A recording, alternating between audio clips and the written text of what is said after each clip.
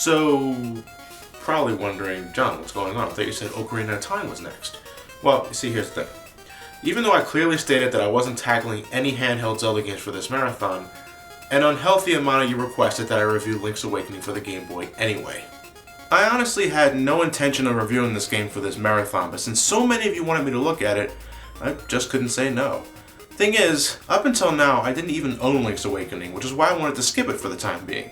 I ended up buying it on the Nintendo 3DS eShop and played it there to get myself familiar with it. And then on my recent trip to Pittsburgh, I actually managed to score a physical copy of the game itself at a vintage shop. It's like it was meant to be, I suppose.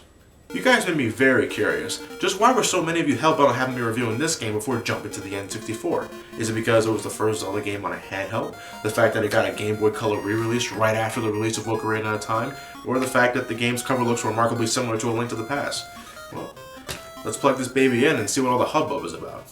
And to all those that are really looking forward to the Ocarina of Time review, I'm sorry. I just need a little more time. I do have most of the game recorded at the point of this video, so I can at least tell you that. Like my old Pokemon games, the battery backup on this cartridge is dead, once again meaning I can't save. I've had some seriously shitty luck with locating used Game Boy games with their battery backups left intact. For this review, we're booting up the emulator once more to save myself the hassle of getting a new battery. For now, anyway. I heard from a number of you that getting it replaced isn't too much of a bitch to do. 2 years after the release of A Link to the Past, the Zelda series made its handheld debut on the Game Boy with The Legend of Zelda: Link's Awakening. Look at this brick and that puke green screen. This is what you call an early 90s handheld. Dot matrix, oh yeah. Nobody knew what the hell that meant, but it was okay because it sounded cool and that was the name of the game back then. The version I hold in my hands, however, is the 1998 Game Boy Color re-release titled A Link's Awakening DX, or Deluxe. It's the exact same game besides the obviously added color and the extra dungeon you can only access by playing the game on an actual Game Boy Color. This game is nearly 20 years old, but this is the first time I've ever actually owned it. I've been somewhat familiar with the game since my teenage years, but until now I had no real interest in playing it. A Link to the Past was all I needed. To go back to an 8-bit system to play the next game in the lineup was not something I really wanted to do back then. Link's Awakening was considered a sequel to A Link to the Past, but when the Hyrule Historia was released, it was revealed that this game is actually a sequel to the Oracle games, a set of games that were released nearly a decade after the original release of Link's Awakening. I'll cover these at a later time, but don't worry though. You don't need to play these games to understand Link's Awakening. The plots do not connect at all, which makes me really wonder what the point in trying to connect them all in the first place is. As the game begins, we see Link sailing out at sea. In short time, a thunderstorm catches our hero off guard, complete with a bolt of lightning striking Link's boat directly.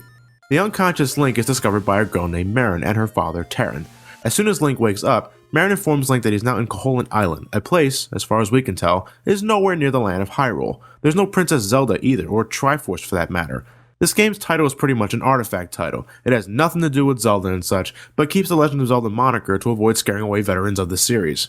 So the premise is certainly different, but gameplay-wise, well, I like to think of it as a mixture of Zelda 1 and A Link to the Past, which I will refer to from this point as Zelda 3. Control-wise, Link handles just as fine as he did in Zelda 3, multi-directional movement, a wide sword swing, the spin attack, the works. Several staple upgrades from previous games return in this game, although Link's arsenal overall is not as grand as before, unfortunately. No hammers, no spells, no bottles, I really miss those. This game does bring back items like the bow and arrow, bombs, magic power, and the hookshot. I love the hookshot, especially glad this makes a return. However, with less buttons to work with, Link now has to rely on different items to perform tasks he can easily do on the Super Nintendo and its many buttons. Link can now assign different items to both the A and B button. Don't want to use the sword? Well, I don't know why you wouldn't want to, but you can now replace it with something like bombs or a shovel.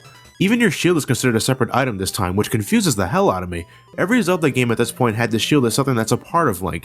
The process of blocking projectiles is all about whether or not you can position yourself well enough to deflect an attack. In this game, in addition to needing the shield to be equipped, you also need to press the corresponding button to actually use it, which I think cuts its effectiveness by half.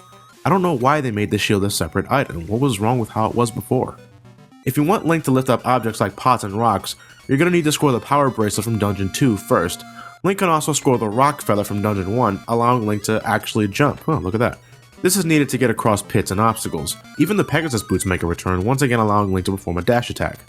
Unfortunately, some items are not as awesome as they once were. Movement upgrades like the Power Bracelet and Pegasus Boots are considered items. That means if you want to lift up heavy rocks that block your path or perform a dash attack with the boots or jump with the rock feather, you have to manually equip the item to either the A or B slot and use the corresponding button.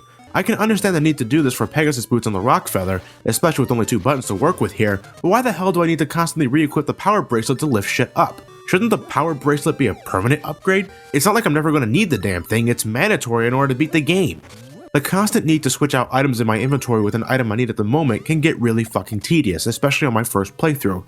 It's something that only takes a second to do, but this game will require you to do it a lot, sometimes unnecessarily so.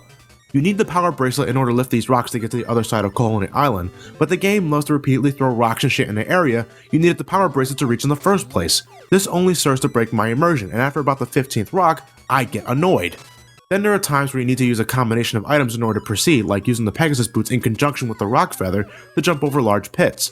I just find something horribly irritating with switching out my sword and shield with 2 items I need to use for a split second, and then switch them back when I'm done. It's a pace breaker. The Legend of Zelda isn't known for speedy gameplay, but after playing Zelda 3, I can't help but be bothered by this sort of thing. I think the idea of making an 8-bit Link as versatile as he was in Zelda 3 was an ambitious concept. However, I do think they could have handled item management a bit better. Having items like the shield or power bracelet to be automatic items would have helped for starters. I am grateful that combat is just as smooth as it was in Zelda 3. Striking enemies with weapons and upgrades still feels tremendously satisfying. Enemies in this game can also sometimes drop temporary power-ups which give a boost to your defense or offense. I love watching enemies blast across the screen after hitting them with my sword after nabbing a power-up. The power-up music does get a little annoying though, but I'll leave it at that. So then, Link's not in Hyrule anymore. There's no Zelda, no Ganon, no Triforce, just what the hell are we doing in this game? The answer? Trying to get the hell out of here. Not too long after Link gets his sword back, and Al greets him and tells Link that if he wishes to escape the island, he'll need to wake up the Windfish. The Windfish can only be woken by the power of 8 different instruments known as the 8 Instruments of Sirens. Link's awakening may not follow the formula in terms of characters and locale, but the process of getting the 8 instruments is something any Zelda fan should be familiar with at this point. You score an instrument after completing a dungeon, and the upgrades you can obtain inside the dungeon will allow you to explore more and more of Koholint as you progress. Koholint Island, in and of itself, is pretty compact. Granted, that's probably because this game is on the Game Boy and such, but that's not to say Koholint doesn't have all sorts of secrets to discover. If you're the impatient and aggressive type, traveling through the island is a rather simple task. There's plenty of people scattered about that can offer you hints to keep you going, and like Zelda 3, nothing in this game is too cryptic. Although I do believe there are times when things get a little muddled and ambiguous. But you should always know where to go next, and I like it like that. The map isn't as helpful this time around, as you need to actually travel to the area first before it becomes marked on your map, but it's better than nothing, I suppose. Look, anything beats this gray box from Zelda 1, well, besides not having a map in the first place. If you're the curious type, then you'll be glad to know that Koholint contains a bunch of hidden rooms and such that reward you with things like rupees to buy things at the shop, or secret seashells that'll power up your sword if you go out of your way to look for them. Some areas of the island offer minigames for you to play for rupees, or other items like heart pieces returning from Zelda 3. They're not much, but hey, at least they're optional. There's even a lengthy side quest involving item trading. If you give a certain character an item they're looking for, they'll give you another item, which you need to give to another character that's looking for it. If you manage to complete this side quest, you get your boomerang back, which has gotten a substantial upgrade in this game. This thing doesn't just stun enemies anymore, it fucking slaughters them, even certain mini-bosses. Out of all the returning items in this game, I seriously didn't think the boomerang would get such a buff. One thing that bugs me about discovering hidden areas and passageways though, is inconsistency. Remember how in Zelda 3 breakable walls were easily distinguished from normal walls? Well, this game continues that tradition selectively. Some breakable walls are pretty obvious, and other times they're not. The same applies in dungeons, and while the map encompasses you can find in a particular dungeon somewhat fixes this problem, it's another issue that, again, breaks the immersion for me at times. The dungeons in this game are probably the easiest dungeons a Zelda game has had so far. Even in my first playthrough, I had little to no trouble getting to these places.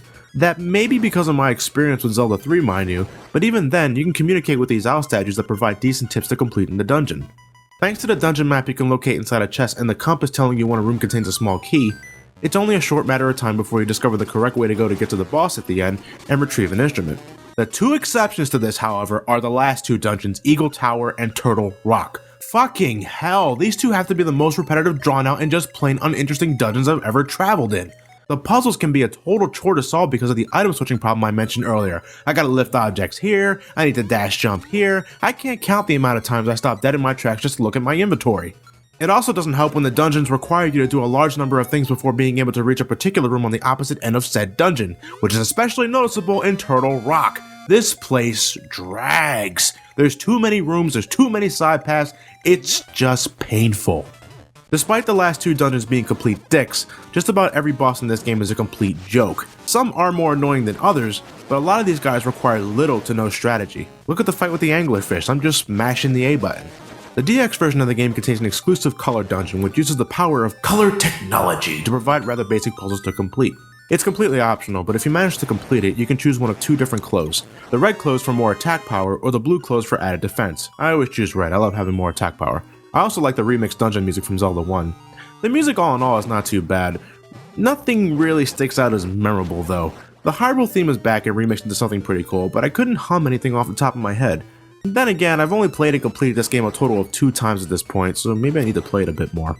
I will say that graphically the game is really good. Much better than the likes of Zelda 1 and Zelda 2, and the added color of the DX version only sweetens the deal. Areas and objects are nicely detailed for 8-bit standards, and the design of Colonel Island is pretty stimulating, rock blocking aside. I don't think it beats out Hyrule and Zelda 3, but this world is fine enough as it is. You may have noticed that I haven't really been talking about the story itself too much. Well, let's get into that. The narrative isn't something grand or epic, but there's a greater emphasis on it here than any Zelda game we've seen so far for this marathon. I don't often do this, but if you ever plan on playing this game for yourself, then stop watching this video now. Spoiling plots is something I do when reviewing a game, people, that's just how I work. Anyway, Link's goal is to escape Koholint Island by waking up the Windfish with the 8 instruments. Simple enough, right? Well, around Dungeon 5, things start to get a little more interesting. After certain events, you discover that Koholint Island is nothing but a dream of the sleeping Windfish, and by waking it up, it'll cause the island to disappear along with everything in it, including its inhabitants. That's a pretty serious mood shift if you ask me, but it's a plot that I think I have a lot of potential in terms of character development and world building. Thing is, I don't think this game does that very well. If this game's trying to tug on my emotional strings by making me think of the consequences of waking up the Windfish, then I gotta say it fails in that regard. While some townspeople can be rather humorous with dialogue or actions, nobody here really sticks out as having any real character to me. The only person Link has any legitimate interaction with is Marin, who later develops romantic feelings for Link. It's probably nothing more than a high school crush, but it's something. I feel bad that when I wake up the Windfish, Marin will be wiped out from existence, but that's just one person. I don't really care for anyone else, and I don't think they really care about me. I do like how the nightmares, the beings responsible for causing the Windfish to sleep eternally, are really nervous about Link waking up the Windfish, knowing well what that means for them if Link succeeds. But what really makes this interesting for me is the ambiguousness of the situation. Do the nightmares truly want to stop Link because they want to control the dream, or are they just scared of losing their home? How is Link assessing all of this? He finds out around the middle of the game what will happen to the island when the Windfish is awakened, but does he care or not? The ingredients are all there, but this game really doesn't make anything good with it. It's interesting, yes, but it's nothing solid. In time, Link manages to score all 8 instruments and proceeds to wake up the Windfish. The nightmare attempts one final attack against Link, but ultimately fails in a rather anticlimactic finish. After some final words from the owl, the Windfish wakes up, erasing Koholint Island from existence, leaving Link stranded in the ocean. Yeah, thanks, asshole. With nowhere left to go, the game just ends. That's closure. Well, if you manage to beat the game without dying once, you get an extra scene which implies that Marin herself made it out of the dream as a seagull. Fascinating. But Link is still lost at sea. I mean, what the fuck? So, what am I supposed to grab from this? I mean, the seagulls flying above Link's head imply that he's close to land, but couldn't we at least see him swim to safety or have the Windfish carry him safely to land? The implications of this ending are outright horrifying. And what's with all the Mario cameos? You got Shy Guy, Sparks, Pokies, Dream enemies. The clever bastard was telling us the true nature of the island before Link discovered the truth himself. And wait a minute, is that Kirby? From Dreamland? Oh, you crafty bitches. So that's Link's Awakening. As someone who's not really a Zelda enthusiast, I can still recommend this to someone who's looking for a good action-adventure game on the Game Boy. The game has its share of design quirks and issues, mainly the result of trying to cram an SNES-style game into the Game Boy, but overall, my experiences were a pleasant one, though I still think A Link to the Past is a better game. I'm really bummed that the story wasn't fleshed out more, and I'm curious as to why it wasn't. Was it Nintendo being their usual selves with story, or was it something that just wasn't fleshed out because of lack of attention? I wish I knew, but what we have here is refreshing. I certainly don't think a Zelda game needs to have a story centered on the princess, or Ganon, or the Triforce, or Hyrule to be good. As long as it has an interesting story along with interesting characters, that's all I need. Well, I hope that all of you that wanted me to review this game got what you were looking for. There's one particular item though I didn't bring mention to that actually makes its debut for this game. Link's Awakening is actually the debut of the Ocarina, which allowed Link to play different songs for different effects. You can technically say it debuted in Link to the Past first, but that was a flute, not an Ocarina. It doesn't count. That's probably the reason why you wanted me to look at this game before Ocarina of Time, wasn't it? Well, it does make for an interesting segue, and God knows I need to work on those. Oh, I have another Zelda game review, ladies and gentlemen, and it's coming really soon, I promise. See you guys for Ocarina of Time.